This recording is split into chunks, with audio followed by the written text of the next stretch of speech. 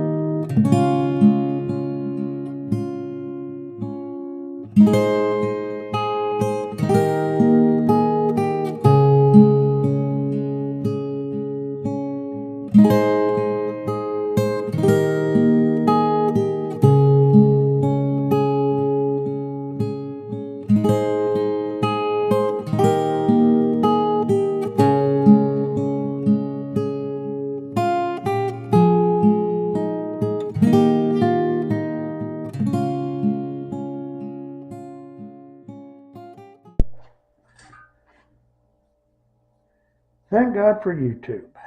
It was another YouTube channel I was able to find out the clutch depth on this thing. And the flywheel was set too far away from the clutch. That explains why it was slipping. I ran the numbers on this mower, by the serial number and everything, and it shows it originally came as an 8-horse. And I noticed it's a 12.5-horse engine, which runs good, but it wouldn't go anywhere. Well, that explains it. The clutch was set at 3 3/8 instead of 3 3/4. So it was 3/8 of an inch too far away. That explains why the clutch touched. Maybe it might have barely moved. So we should be right in the ballpark. We built this little thing from a paint stick. I learned it from one of the other channels here. He specializes in these mowers. I can't think of his name at the moment, and I don't even think I'm supposed to plug that. I don't know how the YouTube thing works, but my thanks go out to him. He knows who he is, and I'm sure if you do a Google search and you're working on one of these Snapper Comets, he has several videos and a lot of followers, including me. So I just wanted to say thank you for helping me out with this. Anyway, with that said, I'm going to get back to work.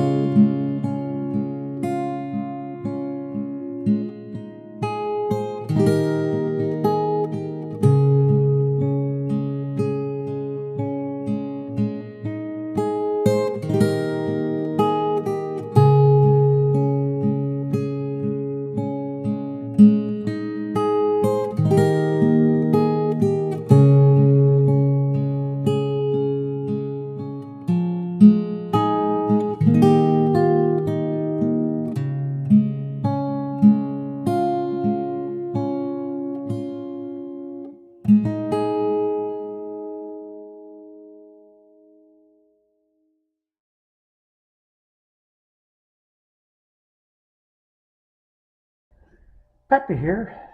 Got some bad news. This mower, I've been trying to get this clutch to work, and I've done everything I know to do to set it. I've got a gauge and everything, and I went to a guy on YouTube. His name's Jim's Fix-It Shop. I did verify it's okay to say that. He has been a big help. But I dug a little bit more deeper and found out, I ran the serial number. This engine has been changed. And I don't think this thing's ever been right since they did it. They switched it to a 12.5 horsepower engine, and it originally came with an 8. And I don't think this thing's centered on the, on the hole where it goes, bolts up. I don't think it's sitting proper, and that's very critical for the clutch to work right. I set it by the depth, and now I can't get the clutch to engage because it's hitting the linkage. So with that said, Jim has a fix for that, but you have to have the original engine to get the template off of it to re-drill to place the new engine, which I don't have. It came already together, put together wrong, and I think it just never ran, and they just let it sit out in the weather, and I bought it. I didn't know what kind of mess I was getting into, but you live and you learn. I have another 8 horsepower, just like it. It's its sister, but it's all the way in Dahlonega. I might have to go pick that up just so I can get a template off of it to make this work. So with that said, I guess that's all I'm going to be able to do this week. I can't do any more, but this thing is all in pieces now. I took the deck off, I pulled the engine off, and it's just a nightmare.